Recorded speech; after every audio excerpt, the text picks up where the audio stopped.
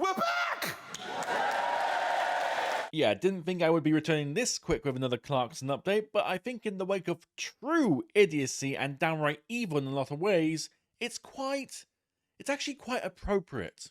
According to whom?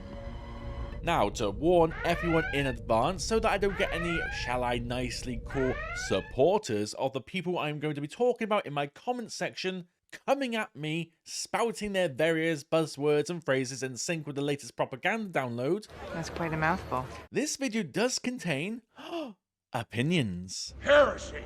I know, right? You didn't think people were allowed to do those these days? Well, I dare to do the impossible. Dream on, pal. Rachel Reeves has destroyed all farmers. Kirsty Allsop and Jeremy Clarkson leave fury as Labour's agriculture inheritance tax raid that will leave them struggling to survive. Destroy them all! Yeah, for those in the know, that is an unusual alliance to say the least, but nevertheless demonstrates the serious nature of what's going on. Allow me to quickly do a summary in the form of Labour's budget for dummies so that we're all on the same page.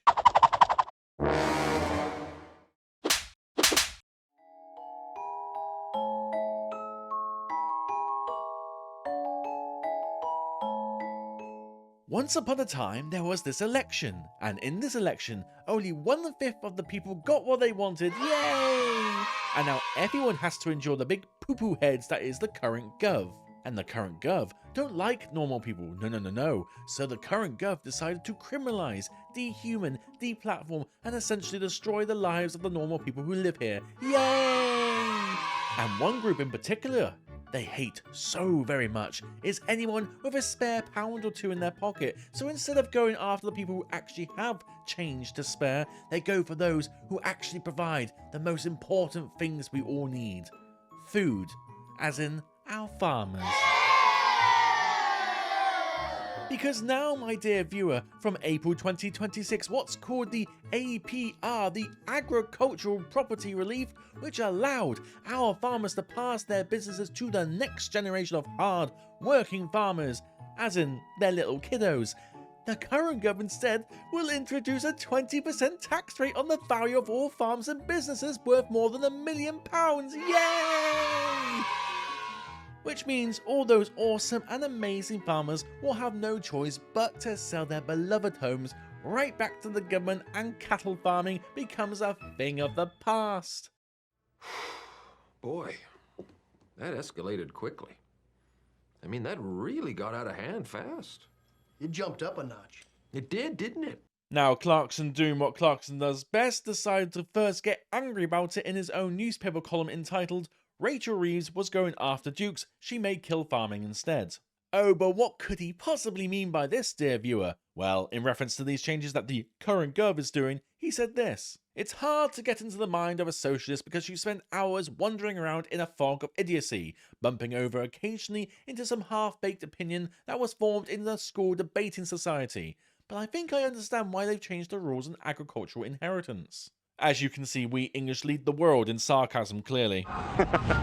In the past 5 years, agricultural land has become the must-have accessory for people in suits, and because investment bankers tend to be quite rich, the prices have gone berserk. Hello! I like money! Round where I live, people have been paying £30,000 an acre. That means a 500-acre farm now goes for £15 million, and that doesn't include the house, or the barns, or the equipment. That's just the price of the land. Not to mention any events that the land might be utilised for, big money in festivals and car boot sales, I have to say. Oh my God, this guy is British or Bahamian or something. Here's how it always worked. As soon as the farmer's children are able to join him out there in the cold and the wind and the rain without getting their nappies caught in some heavy machinery, they do. Wow. They learn by watching their dad how to wrangle a pig and get a reluctant cow into a crush, and all the best ways of dealing with black grass. And then one day, when dad dies, they take over and pass all they've learned on to their children. Ah, it's a lovely story. But I have already mentioned all this earlier in my very constructive story. No one cares. Now when dad dies, there will be a tax bill, and the only possible way of paying it will be by selling up. Rachel Reeves then looks to have killed farming. This won't bother her, of course, because, like most modern-day socialists, she lives on a diet of imported avocados. but I think history will see her as the most stupid, blinkered idiot ever to occupy number 11. Number 11 is basically where the Chancellor of the Exchequer resides, right next to the Prime Minister. Thank you for that information, Seb. I'll stop there though, because if I went on, I'd be guilty of that crime, and these days that's a bigger offence than being a kiddie enjoyer, or punching a constituent in the throat. Oopsie! Yeah, I'm probably not the only one that's thought about this scenario he's talking about here. I have thought about this too.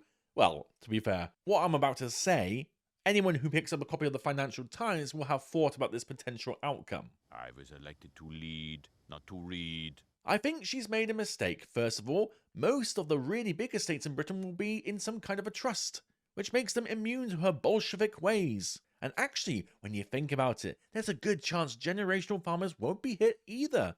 Do go on, Jezza. Here's my thinking. The number of farms coming onto the market every year will skyrocket, and who will buy them? Good question. As land is no longer a tax haven for the uber-rich, they won't. Toffs, aristocrats, dukes, duchesses, lords and ladies, lots of land and fuck all dough. Prices will plummet as a result, but is that a bad thing? Think about it. If your farm is worth 4 million, your children get a £600,000 tax bill when you die. If the price falls to 1 million, there's no tax at all. Sure, it means your kids inherit something that is worth less on paper, but if they have no intention of selling, and they want to pass it on to their kids, it actually doesn't make any difference. He's a sly fox, that Fletcher. In other words, Rachel I Hate Old People Reeves potentially will have created, firstly, more of a financial mess for the government accounts, as the losses she hoped to recoup from this venture will not occur. But secondly, the opposite result of the socialist and Tory target of removing all meat consumption will actually happen. More meat will be here because the properties will still be in the hands of the farmers, which is a good thing, a very good thing. Sound good? Sounds great. I'm sure many of you are wondering, why the hell am I talking about this on what is predominantly a pop culture channel? Thank you! And you would be right asking that, except this is about pop culture, because Clarkson's farm comes into play. I imagine that a lot of what I'm talking about here will be covered in future installments of that show, which, for those of you who have not been here for a while now, know that any opportunity to rip on socialists, I just love it. I had forgotten how much I despised that socialist claptrap. So I hope this gives you a small but slightly entertaining insight into just one of the many issues now facing this once green and pleasant land over here.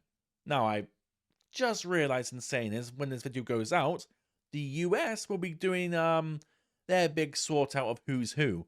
So either things will be really great or really insane after this video goes out. Either way, good luck, America. Thank you all for watching. Do take care, and God help us all. The end is near!